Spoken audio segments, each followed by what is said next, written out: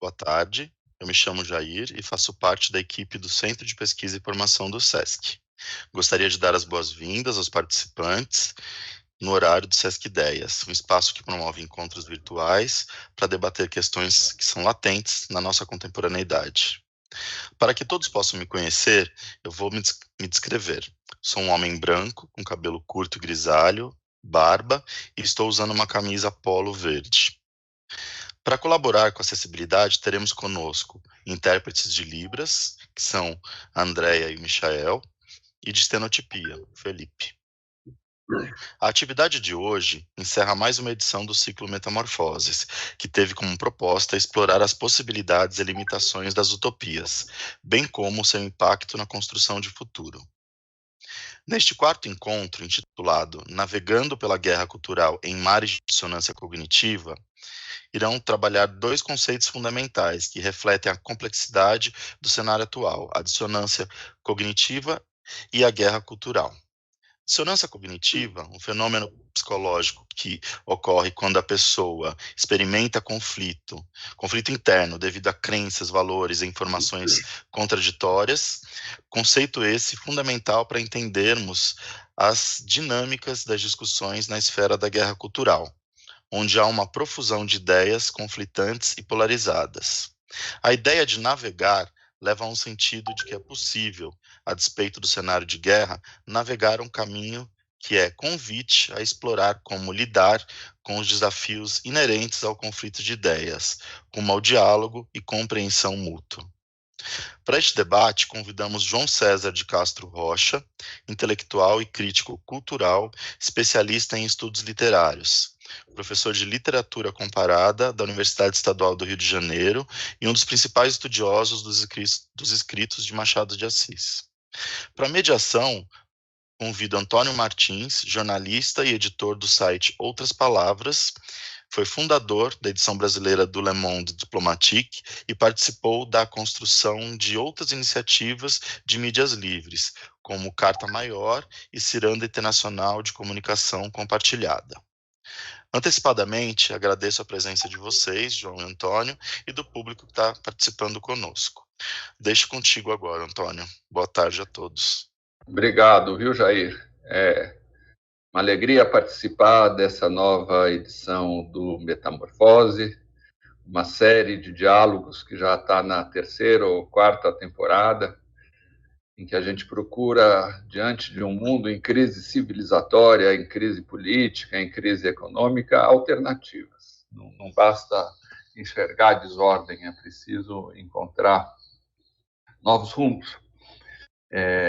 Nessa temporada, tivemos falas muito inspiradoras do Silvio Tendler, da mãe Brígida, da Eliane Brum, todas voltadas, num certo sentido, a essa ideia de saídas. As saídas que a cultura quilombola e a cultura afro-brasileira pode nos apresentar, saídas que a arte e o cinema podem inspirar.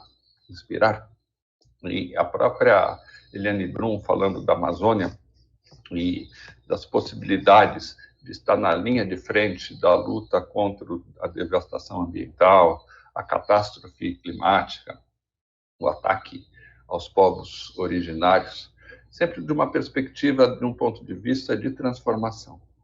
Eu acho que esse quarto diálogo com o João César Castro nos coloca um certo dado de realidade chocante, que é a dificuldade, a pedra no meio do caminho, aproveitando que o João César é professor de literatura comparada, a pedra no meio do caminho da construção das utopias.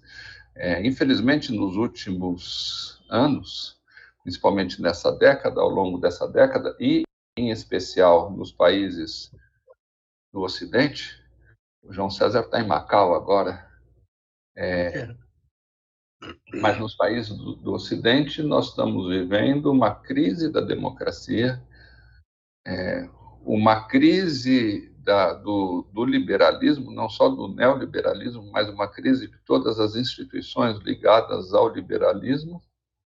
E o que tem emergido com mais força política ainda não são as utopias de ultrapassar esse sistema, mas são as distopias de regredir. É o caso do que nós vivemos no Brasil durante 4 anos, o que o João chama de várias formas, né? É o fenômeno, digamos assim, do bolsonarismo, o fenômeno da ultradireita, o fenômeno da ultrapolarização e da introdução do discurso do ressentimento, do discurso do medo, que gera o ódio, do discurso que não aceita o outro, do discurso que demoniza o outro, do discurso que quer destruir o outro. E sem a gente compreender essa ameaça, eu acho que vai ser muito difícil a gente encontrar caminhos para a reconstrução de uma utopia. Essa utopia não pode ser abstrata, não pode ser um sonho simplesmente, ela precisa navegar, como diz o título do diálogo de hoje, precisa navegar nas águas do real.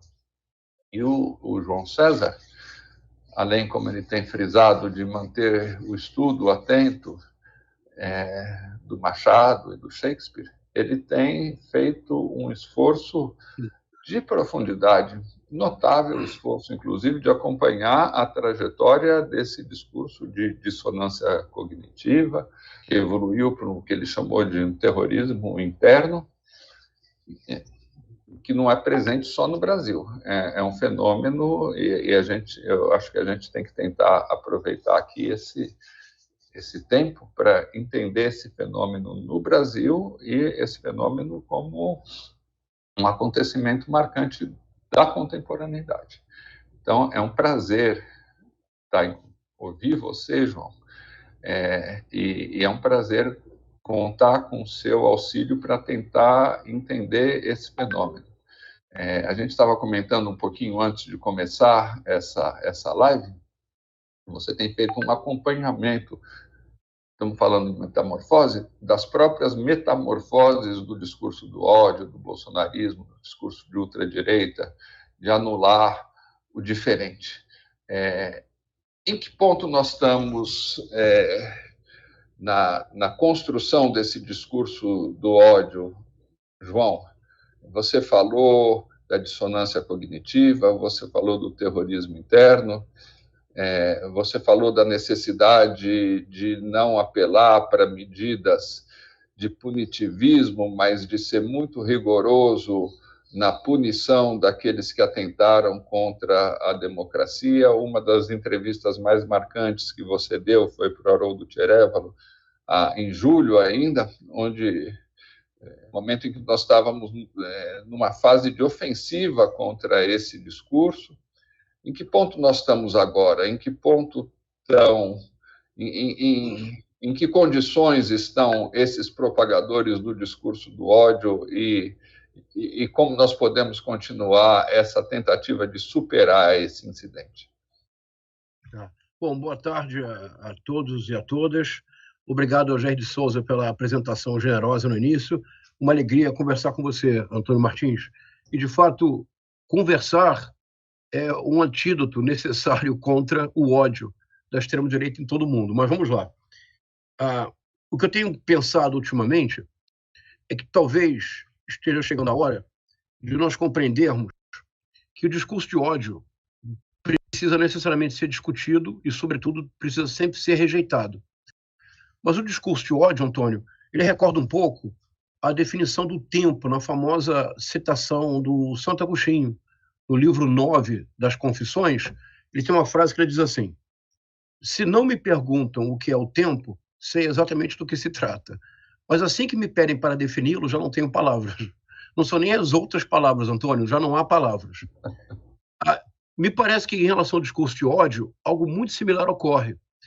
Me parece fundamental compreender esse ponto. Então, primeiro ponto, vamos lá. Qualquer um de nós, quando é exposto a um discurso de ódio, não tem nenhuma dúvida de reconhecê-lo, não é verdade? Você de imediato diz, olha, isso é um discurso de ódio, a reação é visceralmente contrária ao discurso. A ONU, a Organização das Nações Unidas, já lançou 2 planos estratégicos contra o discurso de ódio no cenário global. E é muito importante. Com as redes sociais, o discurso de ódio ele se tornou propriamente epidêmico. Muitas vezes, mesmo num debate parlamentar, numa troca de mensagens em qualquer rede social, o discurso de ódio explode, aflora. Ele está em todos os lugares. Mas a Organização das Nações Unidas faz uma pergunta muito simples.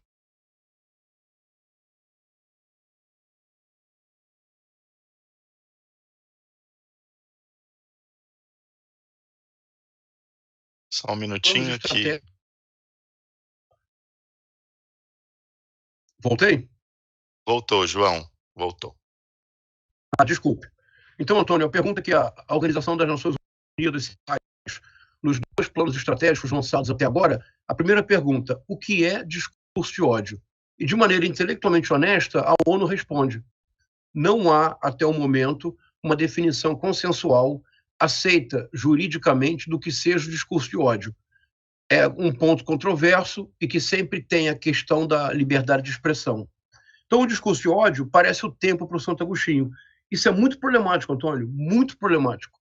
Porque se nós não conseguirmos definir o discurso de ódio de maneira consensual, nós não podemos tipificar a ação como criminosa. É um princípio latino que continua vigente. Se não existe lei prévia que determina uma ação como criminosa, a pedra segue no meio do caminho. Porque se não tem lei, não tem crime. Se não há crime, não pode haver pena. Se não há pena, vige a impunidade. E na vigência da impunidade em todo o mundo, a extrema-direita viceja. O que eu proponho, então? Mas pergunto para você, Antônio, faz sentido essa proposta inicial? Faz sentido para você? Faz bastante sentido, João. Então eu preciso dar um passo atrás. Eu proponho: o discurso de ódio é apenas, entre aspas, a ponta do iceberg. É aquele momento de uma explosão do inconsciente. É o retorno do recalcado. Aliás, Bolsonaro é sinônimo de retorno do recalcado na sociedade brasileira. É o retorno do recalcado. Muitas vezes nós já assistimos amigos nossos, pessoas que nos são próximas, proferir um discurso de ódio. Claro. E nós paramos assustados e pensamos, mas você, não é verdade? Então, o discurso de ódio, por essa natureza, não há como me expresso mal. Deve ser combatido, mas não é fácil fazê-lo. O que eu proponho é que a extrema-direita no mundo inteiro, e especialmente no Brasil, não há nenhum outro lugar no mundo em que a extrema-direita tenha se enraizado tão rápido e profundamente quanto no Brasil. Mas, ao mesmo tempo, a maior derrota da extrema-direita no século XXI aconteceu no Brasil, no dia 30 de outubro de 2022. Vamos voltar a isso. O que eu estou propondo, pensando, Antônio, é que nós precisamos de um conceito novo. Eu proponho o conceito da retórica do ódio. Porque se o discurso do ódio é aquela explosão, a retórica do ódio ela funciona no cotidiano, no dia a dia. É um passo a passo que leva à desumanização do outro. O discurso de ódio só explode quando o outro foi desumanizado. Se isso fizer sentido, nós adquirimos um instrumento conceitual muito importante para compreender o avanço da extrema-direita. A extrema-direita é mestra numa sofisticada, porém perversa retórica de desumanização diária do outro. É a retórica do ódio.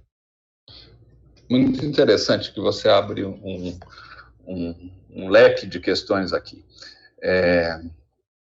Eu te começaria perguntando o seguinte: como esse fenômeno não é brasileiro e como essa retórica do ódio está espalhada em muitos países e ela está crescendo em termos comunicacionais, crescendo em termos políticos, eu acho que a gente devia fazer um esforço para entender as origens dela.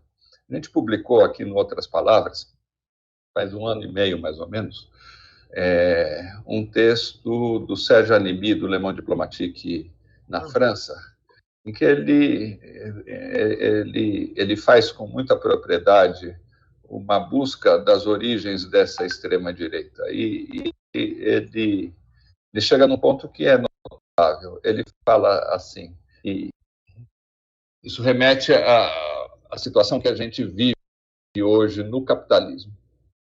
Em 2008, quando começou a atual crise financeira, que não foi solucionada até agora, nenhum desses partidos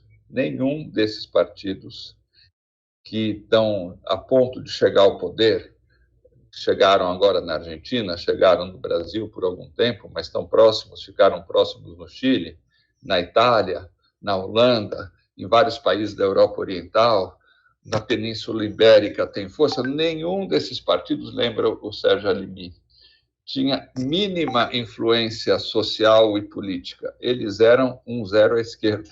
A extrema-direita era um zero à esquerda.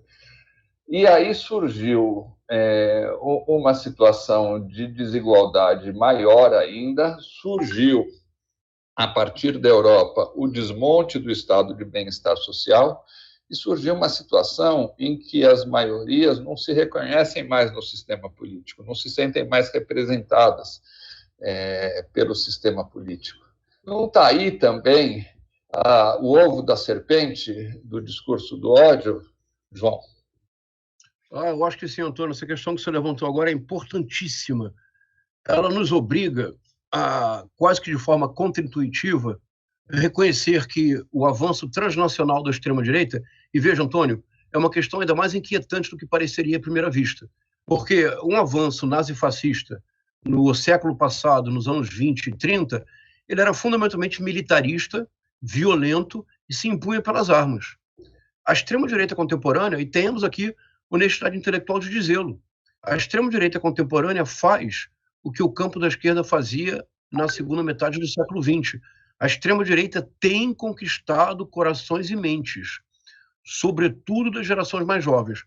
No encontro recente do Papa Francisco com reitores e reitoras de universidades latino-americanas, o Papa Francisco acrescentou uma palavra a essa já clássica definição de corações e mentes.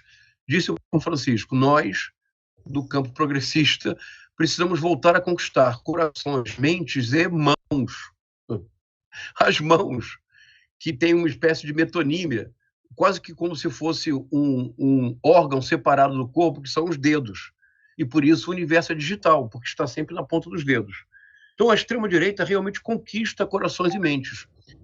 A um ponto, você tocou, acho que na ferida, e nós precisamos torná-la ainda mais viva. Pensemos no Brasil. Pensemos no Rio de Janeiro. O que está acontecendo agora no Rio de Janeiro? Em Copacabana, por exemplo. Veja, o Rio de Janeiro, pesquisas sérias já demonstraram que aproximadamente entre 57% a 60% dos fluminenses, ou seja, todo o estado do Rio, não só a cidade, vivem sob o domínio ou da milícia ou do narcotráfico. Em alguns casos, que é mais assustador ainda, vige o complexo de Israel, que é uma junção de denominações neopentecostais com narcotraficantes. Pois bem, o que isso quer dizer, Antônio? Quer dizer o seguinte, que para 60% da população fluminense, a democracia é uma fantasia formal, é uma má ficção, que apenas cria uma obrigação de votar a cada 2 anos. Agora, em 2024, eleições para prefeitura e vereador. Em 2026, mais uma vez, eleições majoritárias e para deputado estadual e federal. Mas 60% da população fluminense não vivem no dia a dia o pleno Estado Democrático de Direito, porque quem manda é a milícia ou o narcotráfico. O Estado não chega.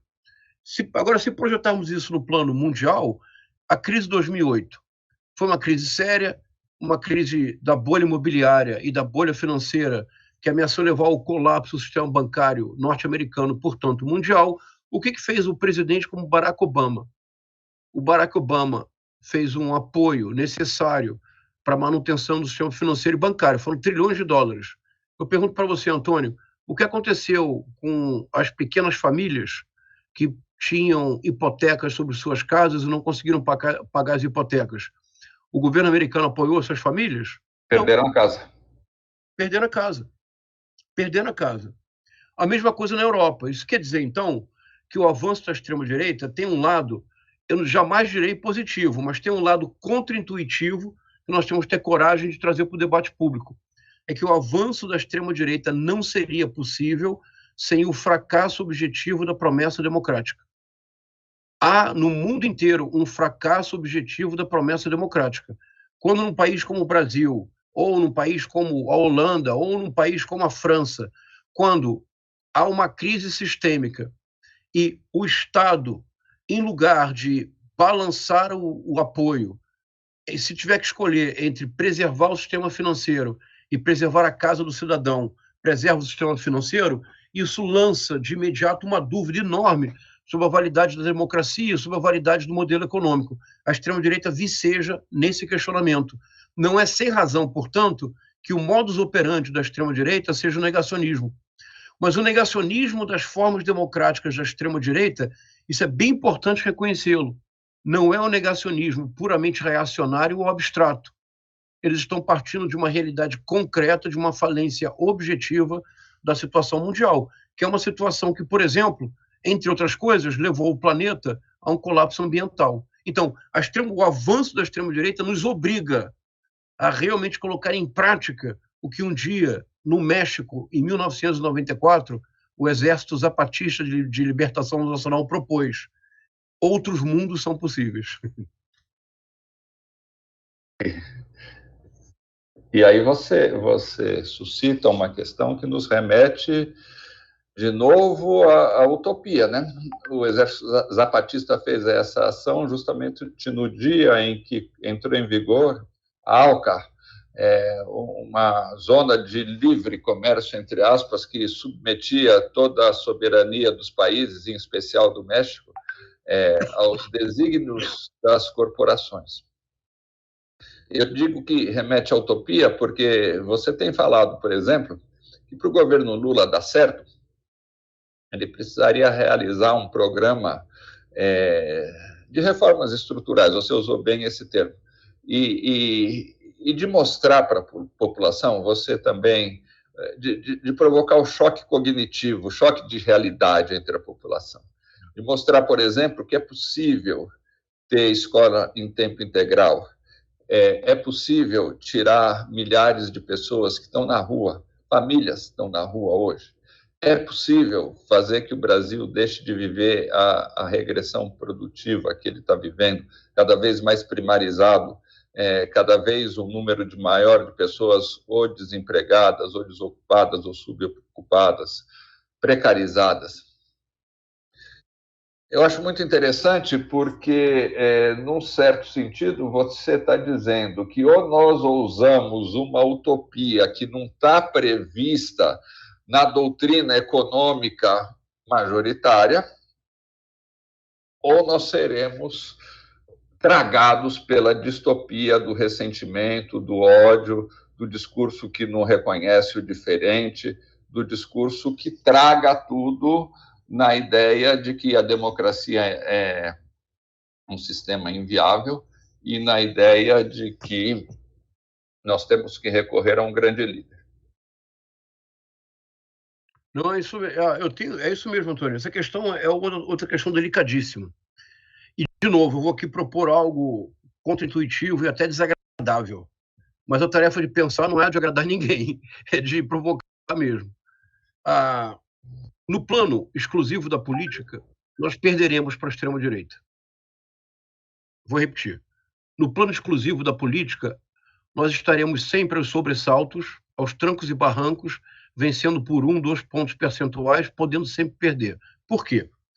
Porque o que a extrema-direita fez com enorme sofisticação, a extrema-direita hiperpolitizou o cotidiano para despolitizar a polis. Esse é o fenômeno. Como assim hiperpolitizou o cotidiano?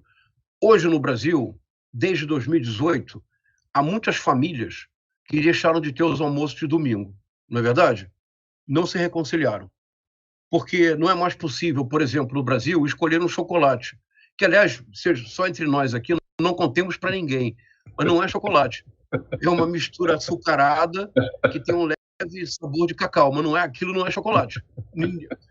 A simples escolha de um chocolate que não é chocolate leva a boicotes e leva a discussões acirradas. É possível que num almoço de família, se alguém chegar com chocolate A, o outro chegará necessariamente com chocolate B, só para marcar a posição.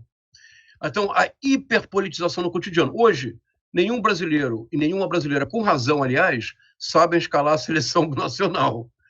No entanto, você entra num Uber, você vai tomar uma cerveja no botequim e as pessoas estão comentando a última decisão do Supremo Tribunal Federal. Todos sabem quem são os 11 ministros, mas mais do que isso, as pessoas antecipam os votos, como se nós estivéssemos, há 10 anos atrás, discutindo apaixonadamente Fluminense e Corinthians. Então, há uma hiperpolitização do cotidiano. Isso no mundo inteiro. Essa hiperpolitização do cotidiano visa despolitizar a polis, porque é uma hiperpolitização que não corresponde à discussão objetiva de projetos. Ela é uma hiperpolitização que sempre recorre à lógica afetiva. É o afeto que domina. E esse afeto tem uma linguagem própria, que é a retórica do ódio e do ressentimento. No plano exclusivo da política, nós tendemos a perder para a extrema-direita, porque a extrema-direita ela parte de uma afinidade estrutural com os mecanismos próprios do universo digital, e uma das razões de sucesso da extrema-direita é a monetização da política no varejo. Isto é, Antônio, se tradicionalmente a monetização da política ficava lá no alto, entre os partidos, com a extrema-direita monetiza a política no varejo. É a dona de casa que vira youtuber, influencer e ganha muito dinheiro. Para quem, como eu, acompanha o subterrâneo, nesses meus momentos de autoflagelação, eu faço parte de grupos bolsonaristas do Telegram e do WhatsApp.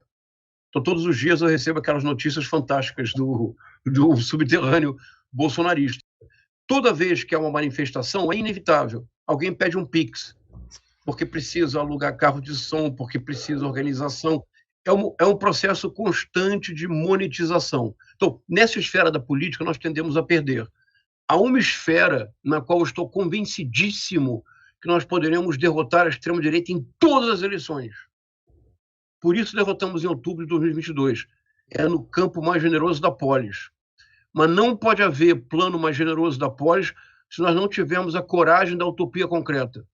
Mas o que é utopia concreta? É dizer com todas as palavras: não haverá democracia no Brasil enquanto o nosso cotidiano for atravessado por racismo, por misoginia, por transfobia. Não haverá democracia possível enquanto um governo não tomar uma decisão política fundamental. Cláusula pétrea. Um X% do PIB, obrigatoriamente em todos os níveis, municipal, estadual e federal, deverão ser aplicados para a educação. Num plano máximo, num projeto máximo de uma década, todas as crianças brasileiras têm que estar numa escola fundamental, à la CIEPs, sonhados por Darcy Ribeiro e Leonel Brizola. Utopia do concreto. Nós precisamos não apenas incluir o pobre no orçamento, a grande conquista dos 2 primeiros governos do Lula. Chegou a hora de incluir o rico no tributo. Então, são utopias concretas realizáveis. Por exemplo, algo muito importante, mas muito importante para o campo da esquerda democrática. Nós precisamos reconhecer publicamente que o nosso discurso sobre segurança pública é insuficiente. É insuficiente porque o nosso discurso sobre segurança pública sempre é um discurso de médio e longo prazo, que sempre busca causas estruturais. É indispensável fazê-lo, mas é insensibilidade nossa não reconhecer que a maior parte do povo brasileiro vive numa situação de insegurança cotidiana pela falência do sistema público de segurança. Então, nós precisamos mudar o nosso discurso de segurança pública. Precisamos investir na estrutura, mas precisamos ter uma resposta objetiva para o povo que sofre com a violência no cotidiano. Então, a utopia, nós não podemos abrir mão da utopia. Se a esquerda democrática abre mão da utopia, nós nos tornamos apenas burocracia. E aí você tocou numa questão, e tem a ver também com o que você estuda, o discurso. O discurso da segurança, por exemplo, está totalmente capturado pela ideia de que é preciso botar bandido na cadeia. E eu tenho a impressão que, além de não dar uma resposta para isso, e de desprezar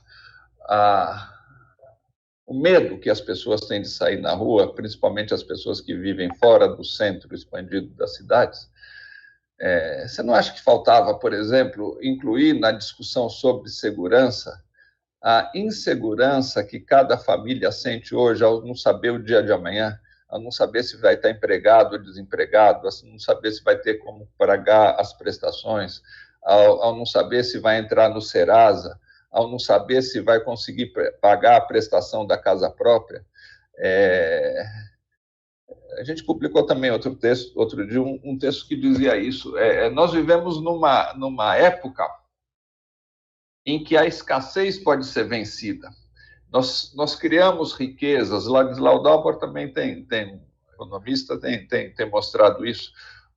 A produção de riquezas pela sociedade hoje é suficiente para dar uma vida digna para todas as pessoas, mas nós estamos num sistema que criou a ideia do todos contra todos, a ideia dos poucos vencedores, a ideia da disputa permanente de todos contra todos, e a gente não conseguiu criar um imaginário que seja distinto disso, não conseguiu criar uma visão de mundo que se contraponha ao do pastor neopentecostal, que chega e diz, olha, você tem que enriquecer e danem-se todos os outros, porque Deus vai estar contigo se você enriquecer. Isso, de alguma maneira, estabelece vínculos de pertencimento, estabelece vínculos de aceitação. Você estava falando isso. De que forma nós podemos criar outro tipo de vínculo que seja real, que não seja só para as nossas bolhas, que estabeleça diálogo com aquelas pessoas que estão com medo de sair na rua hoje, e que, diante da falta de um discurso, da falta de uma narrativa e da falta da presença de pessoas solidárias ao seu lado, vão recorrer ao pastor neopentecostal, disseminando as ideias de todos contra todos o tempo todo. Isso também é tão importante, Antônio. E aqui, mais uma vez, eu vou ser contra-intuitivo e potencialmente desagradável. Vamos lá. Pensemos no Brasil, então. Pensemos num escândalo recente. Está acontecendo ainda. Eu me refiro ao rombo financeiro das lojas americanas. Antônio, o que aconteceu com a tríade dos super-heróis do mercado financeiro brasileiro? Pois é. Nada. Eles fizeram um rombo sistemático durante mais de década. Qual é o valor do rombo agora? É uma coisa tão absurda que eu nem sei o valor exato, mas é assim, algo inimaginável. E esses magos, esses homens incensados pela imprensa brasileira como modelos de empresários, todos os anos retiravam centenas de milhões de reais de bônus numa operação financeira fraudada. Antônio, você se referiu aos brasileiros que estão no Serasa. Você hoje, com os juros que os bancos cobram no Brasil, que são juros que fariam o Shylock, personagem shakespeariano do Mercador de Veneza, corar. O Shylock teria vergonha de cobrar os juros que os bancos brasileiros cobram. Então, se um trabalhador entra no cheque especial em R$150, em 2 anos ele não consegue mais pagar essa dívida. Certamente. E a dívida vai ser cobrada dele de maneira incessante, de todas as formas possíveis. E os bilionários das lojas americanas que fraudaram durante mais de década o balanço da companhia para retirar centenas de milhões de performance, porcentagem, o que seja.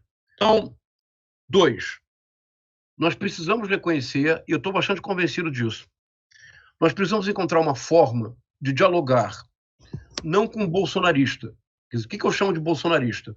Alguém que considera uma figura abjeta como o torturador Carlos Alberto Brilhante Ustra um herói. Se eu tiver numa mesa e alguém disser isso, eu levanto e vou embora. Porque não há diálogo possível. Mas eu acho que é preciso diferenciar bolsonarista de eleitor eventual de Bolsonaro. Dos 58 milhões de votos do Bolsonaro, eu proporia que bolsonarista mesmo não passam de 20%, se chegarem a tanto. Eu proponho que 80% são pessoas que se encaixam no que você está dizendo, insatisfeitas com o sistema. Se isso fizer sentido, nós precisamos começar a dialogar com os eleitores eventuais de Bolsonaro. Mas mais do que isso, nós não teremos uma nação no Brasil, nem como projeto utópico, mas especialmente nós não evitaremos uma distopia política no Brasil se nós não começarmos a dialogar com os neopentecostais. Agora, por que eu digo isso? Veja, eu acho que você tocou na ferida, Antônio. Imaginemos a igreja do pastor que tem dentes de ouro na boca, pagos com o nosso dinheiro. O mesmo pastor que pede cartão de crédito, mas exige a senha, porque cartão de crédito sem senha você vai para o inferno.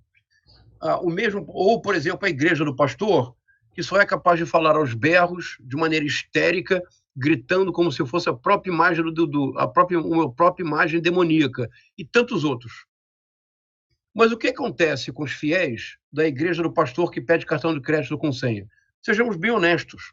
O que acontece? Eu cresci no subúrbio do Rio de Janeiro, então eu sei exatamente o que acontece. Entra um casal com 2 filhos.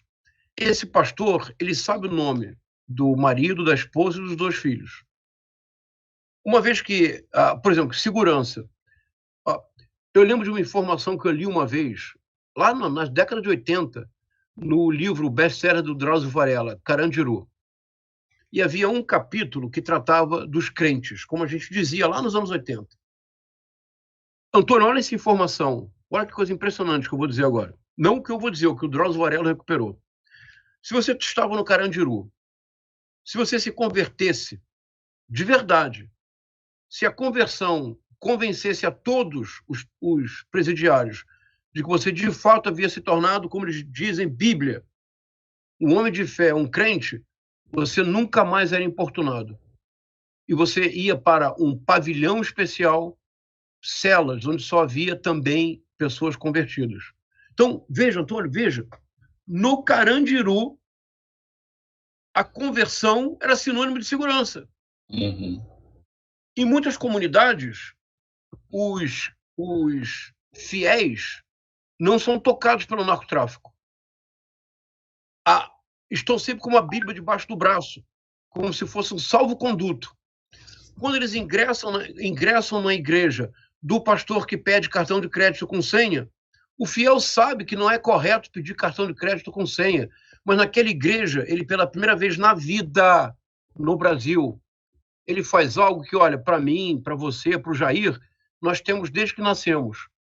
Eles estabelecem, vamos usar a palavra da moda, network. Eles estabelecem uma rede social de contatos. Se o fiel é um bom pedreiro, ele de imediato ganha uma quantidade de clientes que ele não pode atender. Se a esposa é boleira, de imediato ela vai ter uma demanda que ela jamais pensou em ter na vida. Aos sábados à noite, nas igrejas neopentecostais, sempre tem um culto especial. Vem aquele cantor ou aquela cantora gospel que todos querem escutar. Vem aquele pastor cuja palavra todos querem ouvir. Aos domingos de manhã, há um café da manhã coletivo. Hoje eu moro em Copacabana. Você, muitas vezes, fiéis de uma igreja de Campo Grande, da Zona Oeste, a primeira vez que vem à praia é porque vem numa excursão da igreja no ônibus. Então, as igrejas neopentecostais oferecem uma promessa de cotidiano. As igrejas neopentecostais, vamos dizê-lo com honestidade intelectual, as igrejas neopentecostais, nós somente conseguimos vê-las pelos pastores. Nós esquecemos de compreendê-las pelos fiéis, pela base. Na base, as igrejas neopentecostais oferecem uma utopia. A utopia de um país onde você existe, onde você tem nome, onde você está incluído. E mais do que isso, Antônio, uma coisa muito importante, você ingressa numa igreja neopentecostal, você ganha futuro e você ganha linguagem. Você vai eu vou nos cultos, eu assisto pela televisão. Tem um momento que é sagrado nos cultos, são os testemunhos. A pessoa vem, tem um microfone em mãos. Quanto que na sociedade brasileira o pobre tem um microfone nas mãos? A pessoa tem um microfone nas mãos e a pessoa conta a sua história. Eu era drogado, eu era viciado, e quanto maior a queda, maior, não o poder de quem se redimiu, mas do Redentor. E, objetivamente, por exemplo, você antes de se converter, você fuma, você bebe, você tem amante. Você se converte, de fato. E, Antônio, conversão na idade madura é uma das mais poderosas experiências existenciais que há. Você para de fumar, você para de beber, você retoma seu casamento, você paga o dízimo e você diz, Deus provê. Comecei a pagar o dízimo e me tornei próspero. Claro, coloca no papel. Tudo que você deixou de gastar. E coloca do lado o dízimo. Então, o que eu quero dizer é que nós, da esquerda democrática, precisamos ter uma sensibilidade maior e não criticar apenas os pastores. para eles, o rigor da lei. Tem lavagem de dinheiro, tem estelionato. Agora, para a base, que são os fiéis, nós precisamos encontrar uma forma de diálogo, porque as igrejas neopentecostais oferecem tudo aquilo que a sociedade brasileira nunca foi capaz de prover. E eu acho que é profundamente inspirador e provocador isso que você coloca, e chama atenção para a nossa paralisia da esquerda democrática que você está se referindo. Tem algumas perguntas já, suas falas estão despertando várias perguntas, inclusive de pessoas que participam aqui, lideram Metamorfose, como Célio Turino, Hamilton Faria, mas eu vou aproveitar a oportunidade e emendar nessa sua fala aqui, antes de passar para as perguntas dele. Claro. Você é um estudioso do fenômeno da mimese. Isso. Se você for analisar tudo isso que a direita está fazendo, ela aprendeu conosco. Essa presença constante nas periferias, essa capacidade de ouvir a dor das maiorias, é uma coisa que marcou a esquerda nos anos 70 e 80, até que a esquerda começou a ocupar mais espaços no poder. Outro dia eu estava vendo um programa do site Brasil Paralelo, um site claramente identificado com as ideias bolsonaristas, um programa falando sobre a Simone de Beauvoir, um programa em que a mentira parecia muito ligada com a verdade, extremamente bem feito. Um programa em que as mulheres que falavam sobre um cartaz onde estava escrito muito claramente: lute como uma menina, por exemplo. É impressionante a captura das ideias. As pessoas de direita não se vestem mais como as pessoas de direita engravatadas se vestiam, elas usam barbas, elas são moderninhas. Eles copiaram de uma maneira muito impressionante tudo aquilo que eles perceberam que a esquerda democrática tinha e se comunicava com a sociedade. E é muito impressionante porque, nesse mesmo processo, essa esquerda democrática abandonou essas práticas. Isso não te parece muito desconcertante? Quais as causas disso? Que interessante. É desconcertante demais.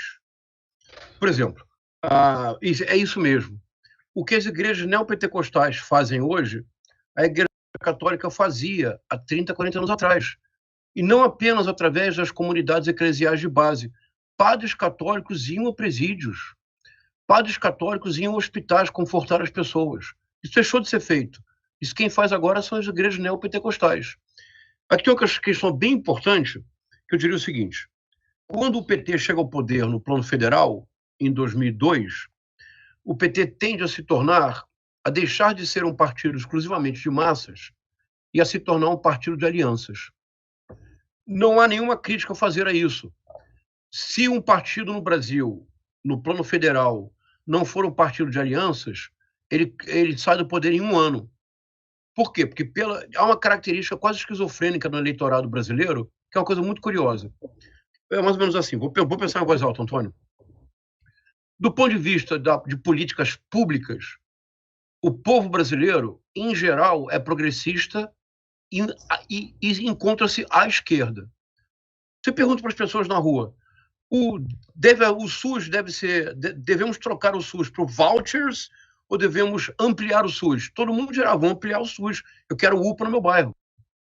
Você pergunta para as pessoas, a universidade deve ser paga, você deve receber um voucher, ou seria melhor ter uma educação pública de qualidade?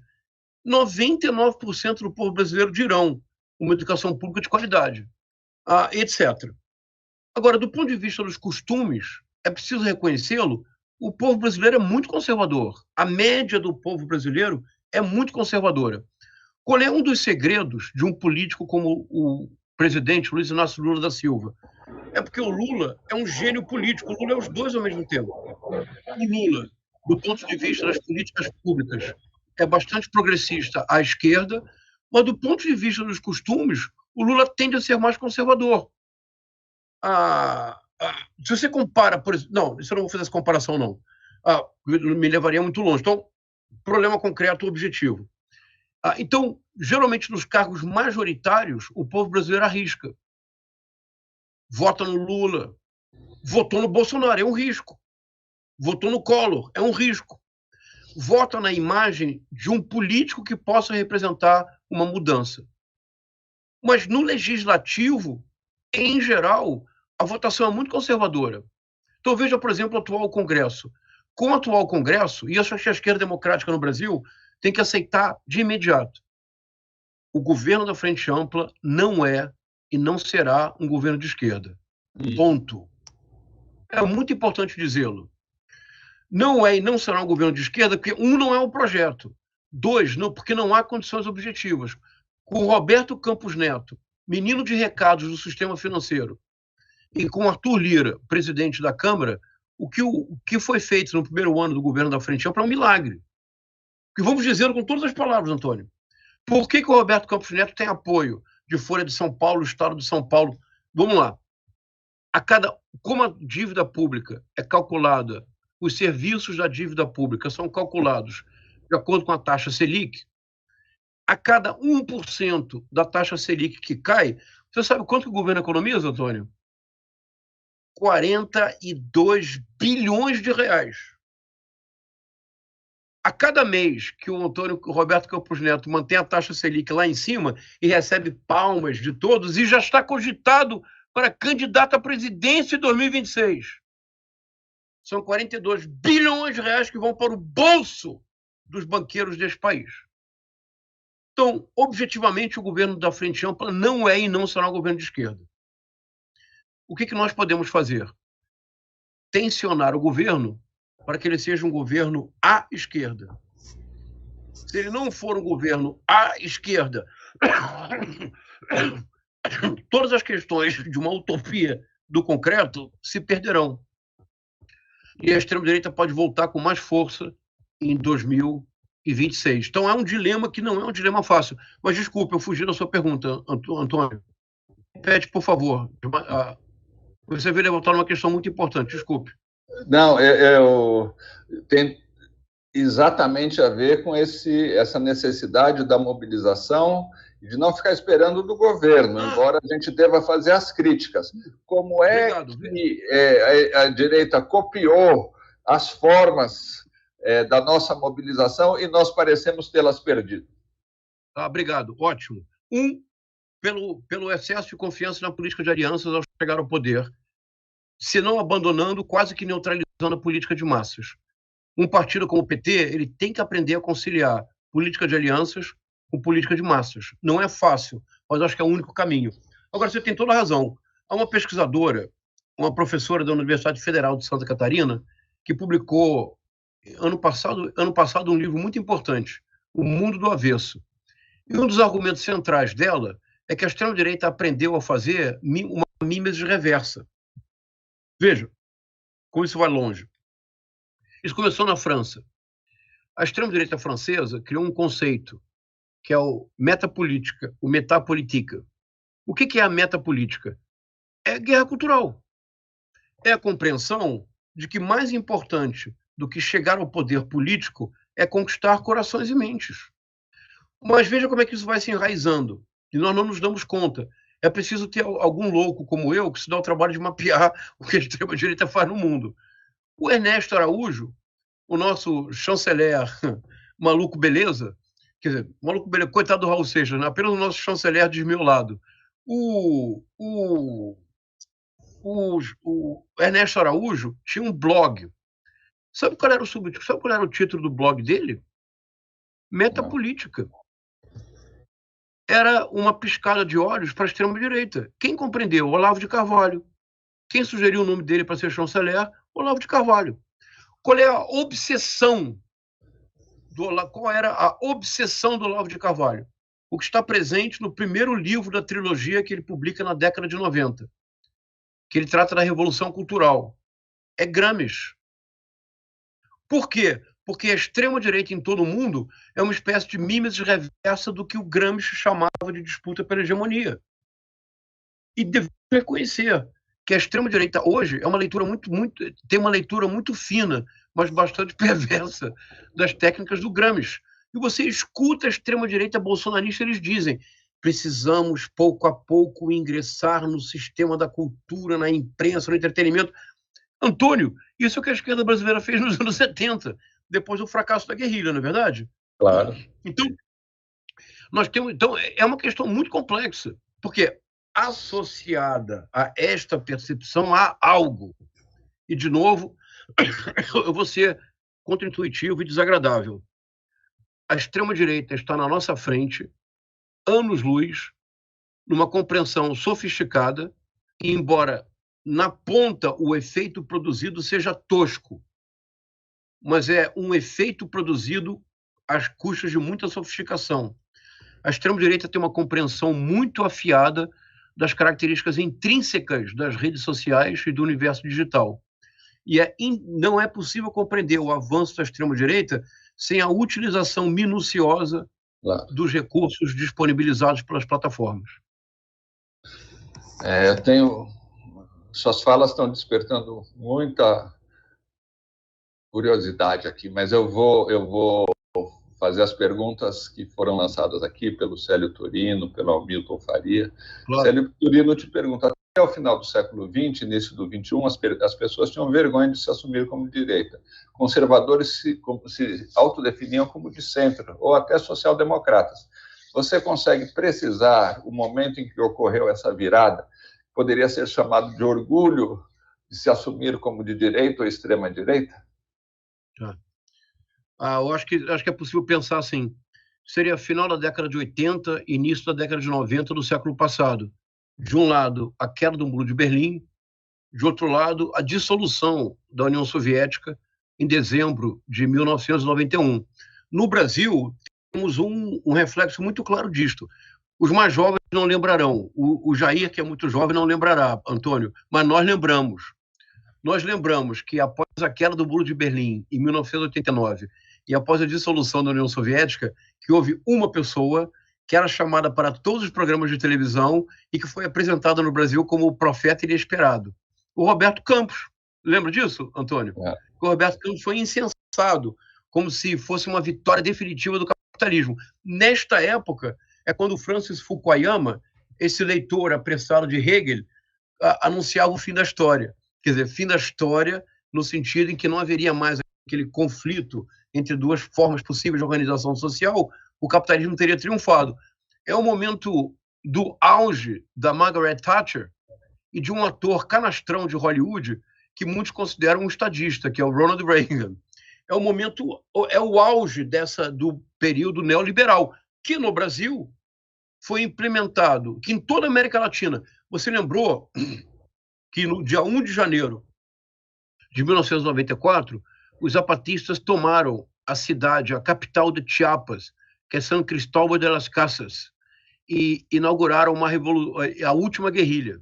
Era muito divertido porque, no ano anterior, o importantíssimo ensaísta e ministro das Relações Exteriores, Salinas de Gortari, publicou um livro famoso dizendo que as guerrilhas todas tinham acabado, que não havia mais condição objetiva para a guerrilha. Como se fosse para contestar o livro, os zapatistas lançaram a Insurrección no 1 de janeiro de 94. Era contra o neoliberalismo que começava a dominar a América Latina. Em todos os países. No Brasil, foi a tentativa do Fernando Collor de Mello, mas recordemos algo importante. A implementação das privatizações e de uma política neoliberal no Brasil, de fato, foi realizada pelos 8 anos do governo do PSDB. Foi realizada pelo Fernando Henrique Cardoso. Então, a este momento em que essas ideias parecem absolutamente dominantes e há um recuo de ideias de esquerda democrática, de ideias progressistas. Mas eu acho que o que nós vivemos hoje é uma exacerbação. E a pergunta do Célio, nesse sentido, é muito oportuna. Eu proporia para a nossa reflexão que o que acontece hoje no mundo, eu vou propor assim, é uma pinochetização do planeta. O que eu quero dizer com isso? Veja, o que foi o governo do Pinochet? Com aquele terrível golpe, sangrento, violento, brutal, do 11 de setembro, o primeiro 11 de setembro de 1973. Vamos lá. O que significou na prática?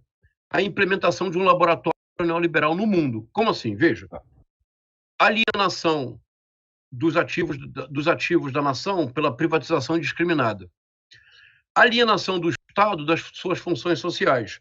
O Chile privatizou a educação universitária, o Chile privatizou a previdência. Há mais ou menos uns 10 anos atrás, uma das notícias que mais chocou a todos no mundo foi o aumento expressivo de taxa de suicídios entre os mais idosos no Chile. Lembra disso, Antônio? Claro. Você lembra da razão pela qual as pessoas mais idosas começaram a se suicidar no Chile? É porque com a capitalização... É isso. Com a capitalização da Previdência, ou compravam remédio, ou moravam, ou comiam. E as pessoas mais idosas começaram a se suicidar. Para isso, era necessário a implementação de um aparato repressivo muito violento para essas transformações.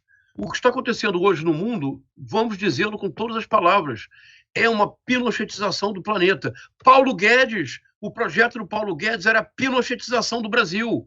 Não sem razão, Paulo Guedes, que estudou em Chicago, agora com o bolso do CNPq, Antônio. Importante dizê-lo. Eu estudei em Stanford e eu tive full fellowship de Stanford. Porque todas as grandes universidades americanas oferecem para um número pequeno de alunos full fellowships. Quer dizer que a universidade paga a sua matrícula e a universidade dá dinheiro para você morar, comer, comprar livro. Eu tive full fellowship de Stanford. Eu não precisei pedir bolsa do CNPq. Agora, o senhor Paulo Guedes, que teve bolsa do CNPq, volta para o Brasil. Onde o Paulo Guedes foi trabalhar, Antônio, você lembra? Que ele disse que foram um dos anos mais felizes que ele teve na vida. Não lembro, não. Ele foi trabalhar no Chile do Pinochet. Ah, sim. E ele disse que era irrecusável a proposta, porque o salário dele seria 2 ou 3 vezes maior. Era irrecusável pelo projeto ideológico, que é o dele. A proposta do Paulo Guedes e do Bolsonaro era a pinochetização do Brasil. Nós vivemos hoje uma pinochetização do planeta. O que isso quer dizer? Que é a pergunta do Célio. Quer dizer que nós vivemos hoje o que eu proponho denominar uma nova feição do neoliberalismo. É esta feição do neoliberalismo que tem uma ponta de lança, que é a guerra cultural da extrema-direita. É o que eu chamo de neoliberalismo predador. Dado o fato objetivo da iminente escassez de recursos básicos, Antônio, pode ser que daqui a 20 anos a água se torne um produto tão caro quanto o petróleo. Dada a escassez objetiva de produtos de reservas que um dia se considerarem infinitas, o neoliberalismo predador ele necessita objetivamente retornar. Vamos dizer isso com força. O neoliberalismo predador do século XXI, dada a escassez objetiva de recursos naturais, precisa retornar ao evolucionismo social do século XIX. Precisa ter licença, carta branca para explorar recursos que já não há, e o neoliberalismo predador não pode viver senão a partir do que eu chamo da uberização da vida. Precarização do trabalho, precarização da experiência subjetiva, precarização da linguagem. É por isso que eu digo, Antônio, contra este projeto de uma força imensa, porque a extrema-direita é transnacional. O financiamento para estes homens e mulheres de extrema-direita é transnacional. O Elon Musk, quando compra o Twitter, também o faz para reforçar a extrema-direita transnacional. Contra este projeto, nós só temos uma alternativa. É a utopia concreta do plano generoso da polis, e não o plano exclusivo da política. Repete essa última frase antes de eu passar para a pergunta do Hamilton Faria. Desenvolve um pouquinho, que acho que é muito importante isso que você falou. A nossa alternativa mundial é, de maneira decidida, retornar à utopia concreta no plano mais generoso da polis. No plano exclusivo da economia e da política, nós vamos perder. Nós não dispomos, mas nada, nós não dispomos de nenhum recurso comparável aos recursos da extrema-direita transnacional. Agora, no plano mais generoso da polis, nós podemos nos tornar imbatíveis. Eu vou retomar a isso daqui a pouquinho. Deixa eu te fazer a pergunta do Hamilton.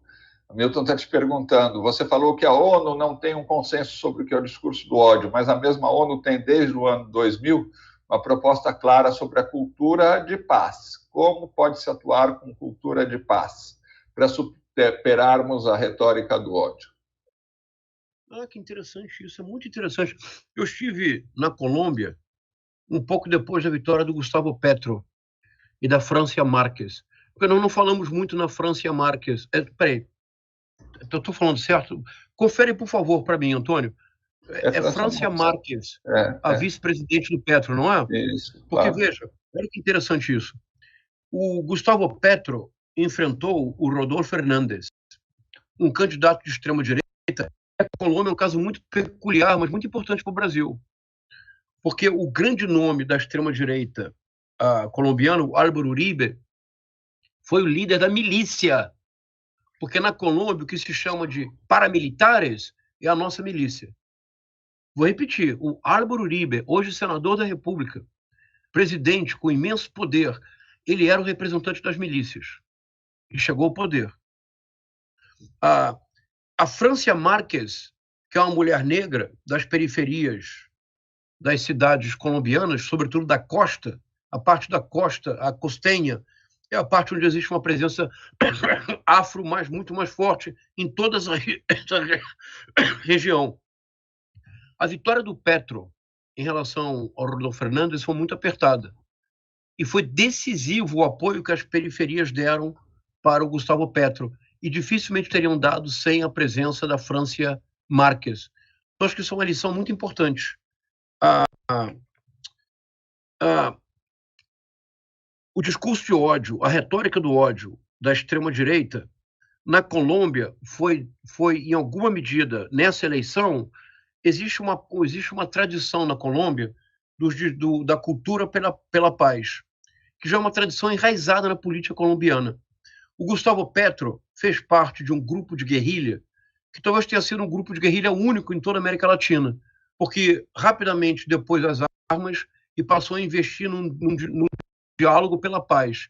E o Gustavo Petro está tentando retomar esse diálogo pela paz na Colômbia agora. É muito difícil, porque tem que enfrentar remanescentes da guerrilha e, sobretudo, o narcotráfico. Eu tenho proposto, Hamilton, que contra a retórica do ódio, quer dizer, o que é a retórica do ódio? E aqui tem uma característica que é muito perturbadora da extrema-direita.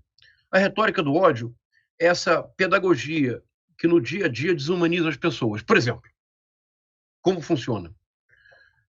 Geralmente a retórica do ódio, tal como ensinada no Brasil pelo Olavo de Carvalho, que Antônio, Olavo de Carvalho reinou sozinho na internet por 15 anos. Nós desprezávamos, considerávamos, não é um filósofo, é apenas um mercador de si mesmo. Durante 15 anos, o Olavo de Carvalho reinou sozinho na internet. O Olavo de Carvalho teve centenas de milhares de alunos. O Olavo de Carvalho, no início do governo Bolsonaro, ofereceu cursos gratuitos para as polícias militares de todo o Brasil, que não é pouca coisa. Como é que funciona a retórica do ódio no passo a passo? Veja, isso é bem importante, porque me deu muito trabalho compreender. Principia-se, em geral, pela paródia do nome próprio, cuja finalidade é tornar aquilo que nos é mais próprio, o nome, motivo de ridicularização e caricatura. Então, por exemplo, os Olavetes e o Olavo de Carvalho, eles me chamavam de João César chato de galocha, o que é quinta série. E João César castrado e broxa. Aí eu reagi, Antônio, porque eu disse o seguinte, eu disse, olha, castrado, involuntário Abelardo, pelo menos tem a felicidade de ser o pai da lógica. Todos conhecem a história, não é? O Abelardo, um dos criadores da lógica no Ocidente, teve uma aluna, Heloísa, se apaixonaram, tiveram um filho e casaram. Só que Heloísa era filha de um bispo. Eles se casaram, mas mantiveram o casamento em segredo, porque naquela época o professor não casava. O bispo ficou desesperado, achando que ele tinha enganado a sobrinha, e mandou literalmente castrar o Abelardo. Então, eu dizia, Abelardo, se eu castrado, involuntário Abelardo, pelo menos tem a alegria de ser o pai da lógica. Eles não entenderam, mas não importa. Agora, eu dizia, broxa, eu dizia para eles, eu dizia para os Olavé, eu falei, broxa, circunstância que afeta todos os homens, que por isso mesmo a nenhum constrange. Eu disse para eles, eu só peço que vocês decidam se eu sou castrado ou se eu sou o broxa. As duas coisas não dá. Eu não posso ser. Aí pararam, né? Porque tem que ter bom humor com essa turma, não é possível, não dá para levar a sério o tempo todo, né? Então, mas o que eles conseguiram com isso? Me ridicularizar. Então, tudo que eu digo já cai 2 ou 3 tons, porque eu sou chato de galocha, eu sou castrado de brocha. Então, o Mário Sérgio Cortella virou Mário Sérgio Costela, o Marco Antônio Villa, Marco Antônio Viu, etc, etc, etc. Primeiro passo. A paródia do nome próprio pretende colocá-lo num círculo de ridículo que torna sua palavra menos crível. Você perde legitimidade. Segundo passo, a estigmatização.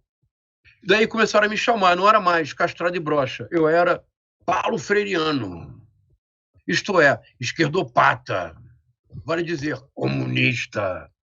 Estigmatização. Eu deixo de ser um indivíduo, embora ridicularizado, me transformo num tipo. É o processo cotidiano de desindividualização. No momento que eu sou estigmatizado, eu posso agora ser nulificado, eu posso ser tornado nada. Vamos fuzilar a petralhada do Acre. Petralhada, não há mais sujeito a um tipo que, sendo estigmatizado, é um nada. Tudo que se faça contra nada, nada será. Quando se chega ao processo ridicularização, tipificação, estigmatização, nulificação, a violência física agora é possível. Agora é possível que um homem deixe um churrasco com sua esposa e uma filha recém-nascida, tome o carro, se dirija para um local distante para matar a uma pessoa que está fazendo uma festa num ambiente fechado, não num espaço público, num salão privado. Esta pessoa invade o salão e assassina uma pessoa porque ela é petista. Percebe o processo? Então, o que eu estou tentando descrever, e tem um livro recente que vai sair em breve, chama Retórica do Ódio, a Pedagogia da Desumanização do Outro, porque isso acontece no mundo inteiro, Antônio. Hamilton, isso acontece no mundo inteiro. Então, quando chega o discurso de ódio, eu proponho. É quando toda essa retórica funcionou. Agora, como é que nós podemos reagir? Essa é a questão fundamental. Eu tenho aqui uma proposta. Por exemplo, as pessoas, eu acho que nós precisamos, nós da esquerda democrática ou do campo progressista, nós precisamos parar de insistir na tipificação de fake news como crime. Explico. Pela legislação brasileira vigente, não existe o tipo penal fake news. Senão a lei prévia, a ação criminosa não é crime. Se não é crime, não há pena. Se não há pena, vige a impunidade. Na impunidade viceja a extrema-direita. Agora, é praticamente impossível imaginar uma fake news que não incorra em crimes estes sim tipificados. Geralmente crimes contra a honra, injúria, calúnia e difamação. Nós temos que começar a lançar mão do que o Estado Democrático de Direito possibilita, o que é compreensível que a esquerda democrática nunca tenha pensado em fazê-lo, porque foi sempre utilizado contra nós. Mas, por exemplo, vou dar um exemplo só. O deputado federal Gustavo Gaia, na época das enchentes do Rio Grande do Sul, publicou um tweet. Ele dizia: o presidente Lula mandou parar de distribuir cesta básica, que apenas voltarão a ser distribuídas quando ele puder tirar a fotografia. Ele escreveu, veja, o presidente Lula mandou. Ele está atribuindo a uma terceira pessoa uma ação falsa com a intenção injuriosa, caluniosa e difamadora. É crime. Artigos 138, 139, 140 do Código Penal.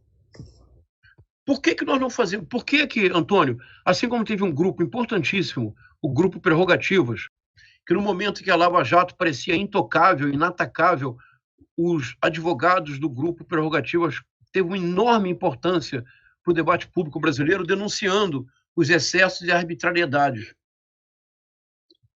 da Lava Jato. Por que não se cria um grupo Prerrogativas, não contra a fake news? Vou repetir, fake news não é crime, na atual legislação brasileira. Claro. Mas não é quase impossível pensar em fake news que não incorra em crimes tipificados no Código Penal.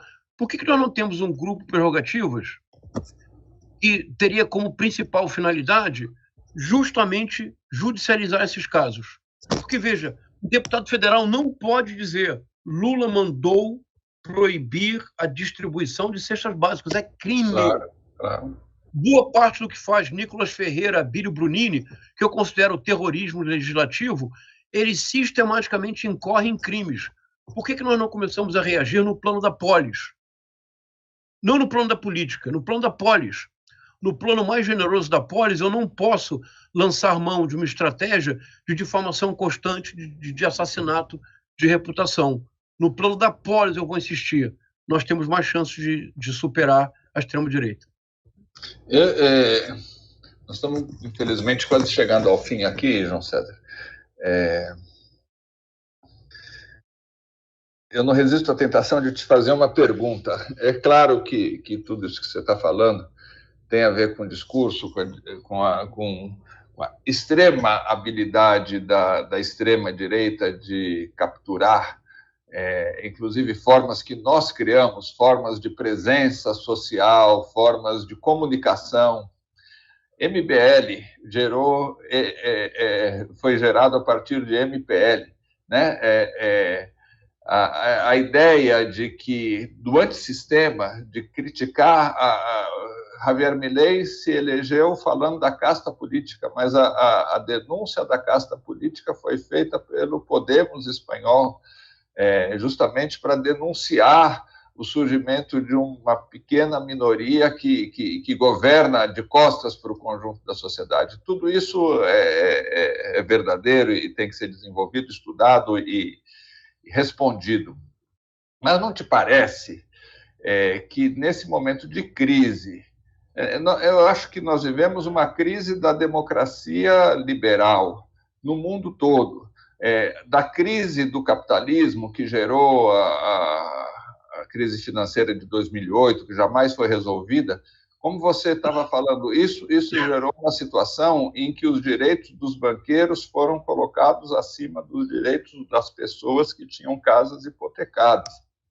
E isso criou um ressentimento, num certo sentido, justo, contra um sistema político que é visto com cada vez mais como concentrador de riqueza e de poder também. Ou seja, a democracia, como diria o Saramago, vista como um regime de fachada, por trás do qual se fazem todos os negócios.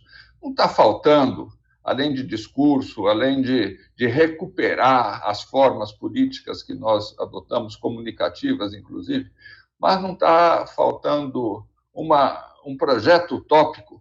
Isso que você está falando, da ideia da democracia na polis, não seria uma ideia do comum, uma ideia de uma nova forma de repartir a riqueza, o que Marx falou, a riqueza coletiva, o trabalho coletivo, a construção coletiva de riquezas e a apropriação, e contra ela a apropriação privada da riqueza.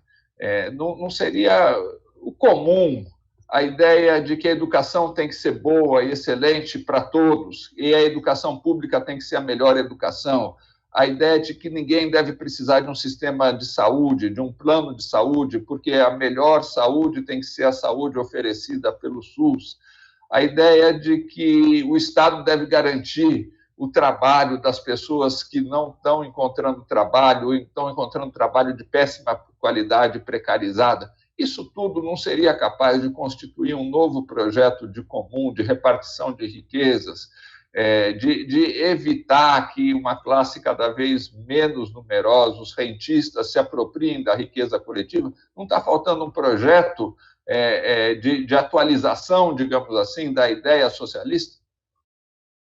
Eu acho que sim, e sobretudo da dimensão da utopia. Porque, veja, a distopia da extrema-direita é a utopia do ódio. E você usou uma expressão muito importante, Antônio. Você disse: o ressentimento é justo. Se nós não compreendemos a justiça do ressentimento que leva à ascensão da extrema-direita, nós não vamos avançar. Me ocorre um exemplo literário para nos aproximarmos do final, que é o Édipo Rei. Todos se recordam da situação inicial. Há uma esfinge que aterroriza a cidade de Tebas, porque todos os viajantes que se aproximam da cidade têm que resolver um enigma. O enigma é: qual é o animal que na infância caminha com 4 patas, na maturidade com 2, na velhice com 3? Nenhum viajante acertava, portanto era assassinado pela esfinge. Tebas estava sitiada por um assédio cognitivo da esfinge. A extrema-direita é a esfinge contemporânea. Até que o Édipo resolve o dilema. O dilema era um espelho. A esfinge, a pergunta da esfinge era um espelho. O animal que caminha com 4 patas na infância, 2 na maturidade, 3 na velhice, é o homem. O homem engatinha quando criança, caminha quando maduro, usa um bastão quando idoso. Isso é uma coisa que nem todos percebem, Antônio. Eu só me dei conta há pouco tempo. A pergunta da esfinge não era um enigma, é um espelho. Só que nós não temos olhos para nos vermos a nós mesmos. Nós precisamos sempre de uma superfície outra, de um espelho. A extrema-direita, o desafio que a extrema-direita implica é como se fosse uma esfinge, que ao mesmo tempo em que nós resolvemos o enigma, a esfinge persiste. Mas por quê? Veja, a extrema-direita, ela lança mão de 2 elementos que são fundamentalmente antropológicos, isto é, fazem parte quase que de uma constante universal, mas é uma constante universal sem conteúdo prévio. Como assim? Veja, não existe nenhum grupo humano contactado, até hoje, que não tenha como centro das suas atividades uma ação, que é narrar o mundo, narrar o grupo, narrar-se a si mesmo. Na África são os famosos griots, mas em todos os grupos contactados sempre há essa função básica, que é a função narrativa. Ao mesmo tempo, e para o bem ou para o mal, é preciso reconhecê-lo, o sentimento que realmente mobiliza, galvaniza a humanidade lá desde Abel e Caim, não é o amor. O Cristo, Antônio, ele foi crucificado. Quando o sentimento que desde lá dos primórdios, o sentimento que realmente galvaniza e mobiliza é o ódio. O que faz a extrema-direita? Veja, Antônio, que terrível. A extrema-direita lança mão de técnicas narrativas para instilar o medo, cuja resposta é um afeto, o afeto é o ódio. Então, a extrema-direita tem um enraizamento antropológico profundo. É por isso que no plano da política nós não vamos vencer. Nós temos que responder a esse enraizamento antropológico do ódio com o enraizamento antropológico da utopia do concreto. Na Grécia, que é a primeira vez que houve uma experiência que se chama de democracia, embora com todas as ressalvas do mundo, democracia na Grécia era só para os homens detentores de terras e possuidores de escravos. A Grécia foi das sociedades mais misóginas que jamais houve. Por exemplo, nenhuma mulher jamais participou da deliberação na Ágora, nenhuma mulher jamais sentou no teatro. O teatro e a Ágora era só para o homem. E o homem, o proprietário de terra de escravo. Mas o que foi a experiência grega da democracia? É que pela primeira vez a palavra tinha poder deliberativo. É por isso que é na Grécia clássica que surge a retórica. Retórica como técnica discursiva. O que é a retórica? É que nós hoje falamos em retórica e pensamos em discurso vazio. Essa é uma invenção do romantismo. Do século V a.C., experiência ateniense, até o século XVIII, 23 séculos. A retórica é um edifício discursivo que coloca à disposição do orador um conjunto de repertório de imagens, metáforas, temas, ideias, com a finalidade de adaptar este repertório ao público determinado para produzir um efeito específico, um afeto, para comover, isto é, mover quem me escuta na direção que eu desejo. Mas isso eu não faço me impondo, eu me adapto ao público a partir do repertório que eu possuo. Então, na Grécia, na Ágora ateniense, havia um profissional público, olha que coisa bonita, que era o theoros, o teórico. A principal função do teórico eram 2. É o precursor do jornalista, Antônio. Uma função do theoros era ir assistir os Jogos Olímpicos. Aí ele voltava na Ágora, diante de todos, ele reportava o que ele havia visto.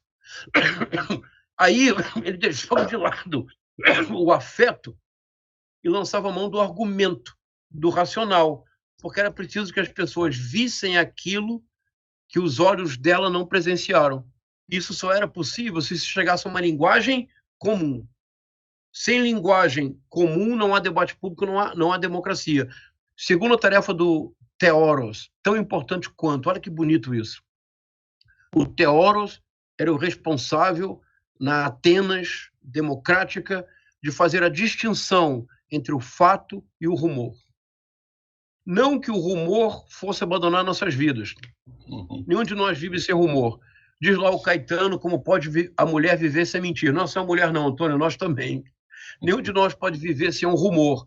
Mas na ágora, para a deliberação pública, só o fato podia ser considerado. Nós precisamos criar algum tipo de mecanismo, com todas as ressalvas e cuidados com as diferenças históricas, mas nós precisamos criar um mecanismo de distinção entre rumor e fato. Por exemplo, olha, na Utopia do Bacon, na Utopia do Bacon, que tem o famoso navegador português, o Itlodeu, que encontra o Bacon com quem conversa de uma ilha. Aí o Bacon pergunta, como é que é o governo dessa ilha? Como é que é o Senado? Olha o que diz o Bacon. Isso é inacreditável, ele diz assim. No Senado, ele diz assim, tem uma regra. De assuntos públicos só se pode discutir na esfera adequada. Se alguém discutir na rua um assunto público de maneira inadequada, pena de morte. Não vamos exagerar. Não vamos exagerar. Não surpreende ninguém hoje em dia. Mas no Senado, diz o Bacon, o Rafael Itlodeu, diz assim, quando um senador propõe uma lei, de imediato interrompe-se a sessão, todos vão para casa refletir e só voltam 24 horas depois. Por quê? Olha a sabedoria. Diz, porque se reagir de imediato, a reação não será pensada e depois que alguém diz algo, dificilmente volta atrás. Olha só. Isto é, tanto o Theoros na Grécia quanto o Senado da Utopia do Francis Bacon são mecanismos de desaceleração do tempo. Se nós não desacelerarmos o tempo, nós não seremos capazes de resistir à vertigem da imediaticidade, que é o segredo da extrema-direita. Mais uma vez, Antônio, no plano exclusivo da política, nós viveremos aos sobressaltos. Haverá o milagre perverso da proliferação de Nicolas Ferreira. Imagina que nenhuma sociedade merece esse milagre perverso da proliferação de Nicolas Ferreira. Com certeza. Mas no plano mais generoso da polis, eu creio, se encontra a verdadeira alternativa. Essa alternativa passará pela utopia concreta e pela coragem de retomar as reformas que esse país nunca fez. João, eu te agradeço muito. Eu gostaria de continuar conversando muito com você e espero que seja, eu não te conhecia pessoalmente, espero que a gente possa continuar em contato e, em especial, que você possa contribuir com esse esforço de reflexão do Metamorfose. Eu fico muito sensibilizado por você mobilizar esses conhecimentos filosóficos, históricos e antropológicos em favor de uma ação tão concreta, tão necessária para a gente construir novas utopias. Nós precisamos superar o discurso do ódio, a construção da retórica do ódio, se a gente quiser voltar a construir utopias. Eu te agradeço muito e eu passo para o Jair Moreira Júnior para fazer o encerramento não só do diálogo de hoje, quanto dessa nova temporada do Metamorfose. Pois é. Muito boa essa conversa, né? Agradeço ao João César e ao Antônio Martins, foi muito bom ouvir vocês. Acho que foi um presente, né, essa tarde, com essas importantes contribuições para a gente pensar no futuro como sociedade, né? Enfim, agradeço também a todos os outros curadores, né, do ciclo Metamorfoses, Célio, Américo, Silvana, que puderam, nesses 4 encontros, trazer questões que são muito importantes para serem discutidas e para a gente pensar no nosso futuro. Além de vocês, agradeço ao público que participou conosco, não somente hoje, mas todos esses encontros, que também poderão assistir depois, né, no YouTube do Sesc SP. Agradeço à equipe do CPF, de Trenotipia e de tradução de Libras, que nos apoiaram e fizeram com que a gente pudesse trazer todo esse debate aqui para vocês. aproveito aqui esse espaço para solicitar a colaboração no preenchimento da pesquisa, que está disponível no link aqui na descrição dessa live. Se vocês puderem contribuir, é muito importante, porque temos o interesse em saber a opinião sobre o nosso trabalho, para que a gente possa aprimorar as futuras atividades que a gente venha a desenvolver. Desejo boa tarde a todos e até a próxima atividade dentro do Sesc Ideia ou nas nossas redes sociais. Um abraço.